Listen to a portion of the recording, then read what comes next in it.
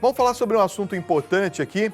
Olha, nós vamos receber agora João Henrique Storopoli, que é advogado especialista em direito criminal, e o tema não poderia ser melhor. Aliás, é sugestão de você, da nossa audiência, foro privilegiado e a ineficiência do sistema. Seja muito bem-vindo. Obrigado. Boa noite. Queria agradecer a você por ter aceitado esse desafio dessa noite. Obrigado a você, Fábio, por me receber aqui. Porque, olha, eu gostaria, todos nós, né, que estamos vivendo esse momento aqui no nosso país, gostaria de entender um pouco mais sobre essa questão do foro privilegiado. Primeira pergunta que eu quero te fazer, doutor João Henrique, é a respeito dessa questão de se utilizar o foro privilegiado como algo que faça um benefício próprio. Isso é legítimo ou há algo na Constituição que não permita que isso aconteça? Bom, esse é um tópico muito atual, foro privilegiado, né? Primeiro, vamos explicar o que é esse foro privilegiado, né? É o foro especial por prerrogativa de função. Quem tem esse foro? Prefeitos, deputados estaduais, deputados federais, senadores. Então, por exemplo, se o governador do estado de São Paulo comete algum crime, quem julga é o STJ, Superior Tribunal de Justiça. Se algum ministro de estado, presidente, deputado federal ou senador, como é o caso hoje, comete algum crime, lavagem de dinheiro, quem julga, nesse caso, é o STF, Supremo Tribunal Federal. Veja bem, Fábio, os países que existem hoje, o foro privilegiado, é Brasil, Espanha, Argentina. Só que, veja bem, Brasil, temos cerca de 22 mil pessoas que possuem esse foro. Então, é um exagero, né? E uma outra crítica, Brasil, o STF, Supremo Tribunal Federal, julga anualmente cerca de 100 mil ações. Muita ação. É muita coisa, né? A Corte Suprema Americana julga apenas 100. Lá eles não têm foro privilegiado. Então, tem essa troca, né? Se lá algum político fez algum crime, ele responde na justiça comum, como todos nós, né? Olha, eu vi uma pesquisa que foi feita recentemente a pedido da Fundação Getúlio Vargas, que constatou que 29% apenas das pessoas confiam na justiça brasileira. Como que o senhor vê essa questão de uma numeração assim tão expressiva em descrença na Justiça Nacional? Bom, vamos lá. Uma das principais causas realmente é o foro privilegiado.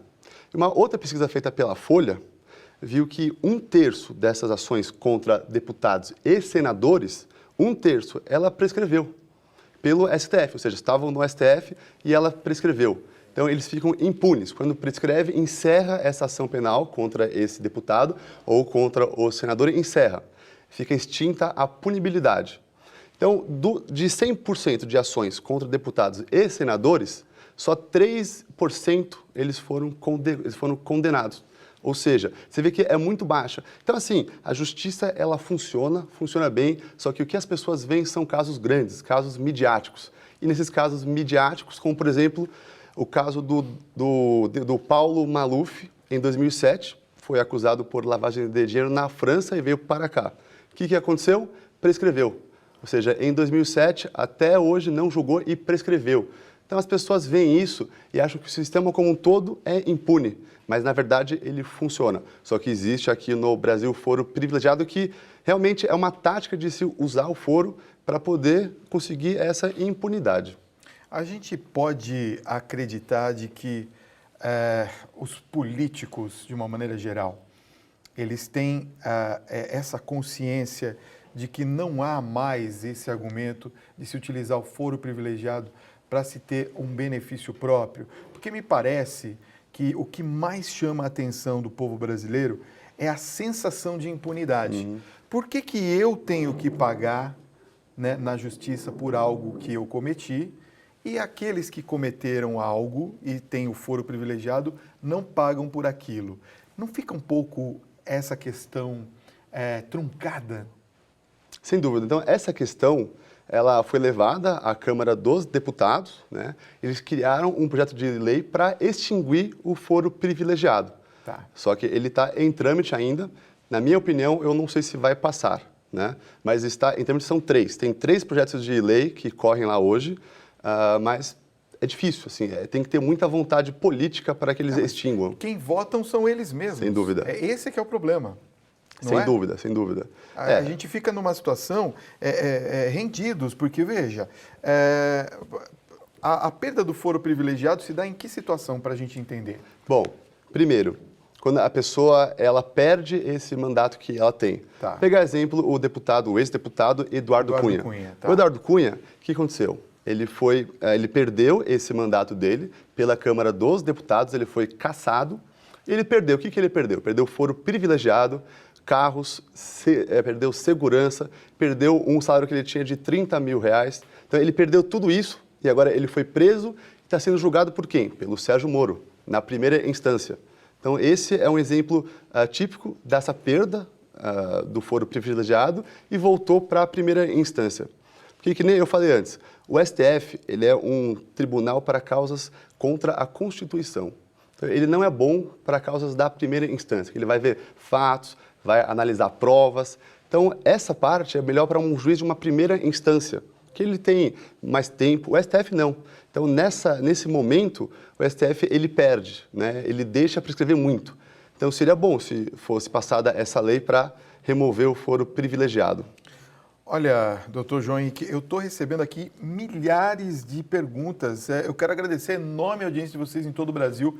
Eu não sei, a Luísa está me falando aqui no ouvido em que lugar nós estamos na audiência, eu não estou acreditando, porque realmente nós estamos... É uma dúvida de todos. Eu tenho uma pergunta, daqui a pouquinho eu vou voltar, vocês podem continuar enviando, olha, está aqui, 11 95033 6870, nós queremos esclarecer as suas dúvidas sobre a questão do foro privilegiado. Mas tem muita gente aqui indignada com isso que eu vou falar daqui a pouquinho a respeito do ex-presidente, tá bom? Doutor João Henrique Stauropoli, falei certo, seu... Stauropoli. Stauropoli. Todo mundo erra. Porque não tem jeito, o meu também é Parpinelli, todo mundo erra. Eu quero fazer uma pergunta delicada e gostaria de dar todo o tempo necessário para que o senhor responda essa questão para todos nós brasileiros. Independente de partido político, de situação que estamos vivendo hoje com governo ou desgoverno, uma questão que os brasileiros gostariam de fazer é a seguinte: por que até hoje não há uma ação direta, mesmo que seja de primeira instância, de maneira a desmantelar essa organização que se formou no país? Isso incluindo, claro, até a figura do ex-presidente Lula. Evidente que nós não estamos acusando aqui, nem temos condições para isso, muito menos absolvendo. Mas entre simpatizantes e não simpatizantes, se vê a figura do presidente Lula indo para cima, indo para baixo, vai se fazer, não vai se fazer uma denúncia mais formal, vai se levá-lo para tomar o depoimento ou não. Quer dizer, tem aquela especulação e não se faz nada de fato. É porque nós não temos ferramenta jurídica para que isso aconteça? Bom, então vamos quebrar um pouco essa pergunta. Iniciando a Lava Jato, ela teve várias fases. Tá. E vários partidos estão nessa Lava Jato. Vários, quase todos. Então, PT, PMDB, PSDB, Exatamente. Todos foram citados. Em algum ponto, todos foram citados. Não apenas Lula, todos foram citados. Então, assim, as armas que o Poder Jurídico tem são várias. Só que nem a gente mencionou antes, o foro privilegiado, meio que ele até atrapalha um pouco. As pessoas que têm essa prerrogativa sobem para o STF. Então, que nem eu falei, o STF não tem tanta habilidade, né? Ele não foi feito para isso. Foi feito para julgar poucas ações que versam sobre temas constitucionais e não servir como primeira instância. Pega um outro exemplo agora, a delação dos executivos da Odebrecht. 77 delações foram feitas, estão sob sigilo, só que teve esse vazamento delas. Então, lembra, delação tem que ser o quê? Homologada e tem que dar provas novas, que sejam capazes de melhorar essa investigação. E lá, supostamente, saiu o nome do presidente Michel Temer, Dilma, Lula outra vez, e não só eles, outros. Então, tem que dar um tempo. a PGR, né, a Procuradoria-Geral da República, vai montar novas ações em cima disso, só que é uma coisa que tem que dar o tempo ao tempo, claro. Tem que ter em mente essa prescrição, mas o Brasil tem sim as armas, tem essa confiança que as pessoas que fizeram algo errado vão ser punidas, só que hoje temos o quê? Delações. Então, para poder falar que uma pessoa é culpada, tem que ter a ampla defesa, o princípio do contraditório. Então, as pessoas, claro, têm essa certa raiva, sentimento de impunidade, mas tem que ter uma calma para dar a chance dessa pessoa que está sendo acusada provar contra ou, se for culpada, receba a sua pena. Olha, é uma pergunta que, inclusive, um telespectador fez agora aqui também, e a gente já tinha até separado também essa pergunta para fazer, com relação, por exemplo, à linha de sucessão da presidência da República. Como que funciona isso? Por exemplo, nos casos em que o sucessor é réu em alguma ação penal, existe restrições com relação a isso? Sim, é um tema bem atual, né, desses últimos meses, né? Como funciona? O presidente e o vice-presidente. Caso o presidente morra ou perca esse mandato, assume o vice. Depois do vice vai vir quem? Presidente da Câmara dos Deputados, que atualmente é o deputado Rodrigo Maia. Tá. Caso ele morra ou ele perca esse mandato, quem assume é o presidente do Senado Federal. E a intriga veio aí. O presidente do Senado Federal era o senador Renan Calheiros. O que aconteceu? Ele era alvo de apenas investigações. Quando ele virou réu em si, o partido Rede moveu uma ação pelo STF para falar, quem está na linha sucessória da presidência não pode ser réu. Então, a partir do momento que o Renan Calheiros virou réu, porque ele não era réu, ele era investigado, então depois dessa investigação, eles movem uma denúncia contra essa pessoa. Depois que ele virou réu, foi quando ele perdeu esse mandato e assumiu o Eunício Oliveira, o senador Eunício Oliveira. Então, atualmente é assim, esse entendimento pelo STF. Quem é réu não pode estar na linha sucessória da presidência. Olha, tem muitas pessoas aqui perguntando e falando a respeito de abaixos-assinados. É possível fazer um abaixo-assinado para que se acabe com o foro privilegiado? Olha, tem as pessoas que existem essa legitimidade para propor projetos de lei, né? Existe sim essa opção, precisa de muitas assinaturas, porém já tem três projetos de lei no Congresso Nacional, Senado e na Câmara dos Deputados que estão tramitando. Então é muito mais fácil, em vez de fazer um abaixo-assinado, dar apoio, fomentar, aparecer na mídia, né? Tem que colocar na mídia para as pessoas saberem que isso existe, saberem que tem esses projetos de lei que vão tirar o foro privilegiado, mas tem que ter essa vontade política, tem que ter uma força do povo, né, para que isso aconteça. Olha só, tem muita gente falando aqui a respeito dos salários. Estão citando o prefeito de São Paulo, que já doou os seus salários desde o início do ano. Eles falam que se não houvesse salários para os políticos, provavelmente acabariam-se as mamatas. Acho que não é muito por aí não, né? Sim, é um tema complicado de falar, mas existe hoje a reforma da Previdência e também eles querem reformar os servidores públicos. Querem criar uma única lei para todos, porque hoje tem, se não me engano, 80 legislações diferentes para servidor público, como que eles vão se aposentar. Então, eles querem fazer uma única e vão reformar a Previdência. Só que, para se aposentar como deputado ou como senador, não é uma crítica, é a lei que está hoje, são fatos. É muito mais simples e eles se aposentam com um salário integral. Ou seja, eles ganham 33 mil, vão se aposentar ganhando todo mês 33 mil.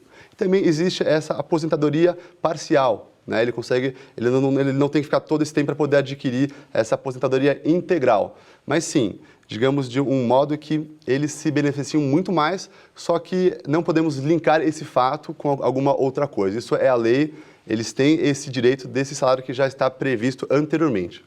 Como o senhor vê o final da Lava Jato? Vamos acabar em pizza ou vamos ter de fato, aqueles que são culpados na cadeia, na sua opinião? Olha, sem dúvida, eu confio na justiça brasileira, mas dizer nesse ponto é muito difícil, porque as delações da Odebrecht estão sob sigilo, eles mencionam mais de 200 políticos, deputados, senadores, é muita gente, de 24 partidos. Então, para dizer agora, olha, Fábio, todo mundo vai ser preso ou não, vai acabar em pizza, é difícil. Então, são cenas de próximos capítulos dessa novela, que é a Lava Jato aqui. Mas eu creio que sim, as pessoas que fizeram coisas contra a lei realmente têm que ser punidas, e punidas para servir de exemplo. A gente pode saber quando que está o final, o capítulo final, ou ainda está longe? Olha, eu acho que talvez mais 1 ano e meio, 2 anos. Meu Deus do céu, muito tempo. E ficar de olho na prescrição, né? Pois é. Doutor João Henrique Storópoli, obrigado pela sua presença nessa noite, viu? Obrigado a você, Fábio. Gostei bastante de estar aqui hoje. Nós que gostamos muito de tê-lo aqui conosco.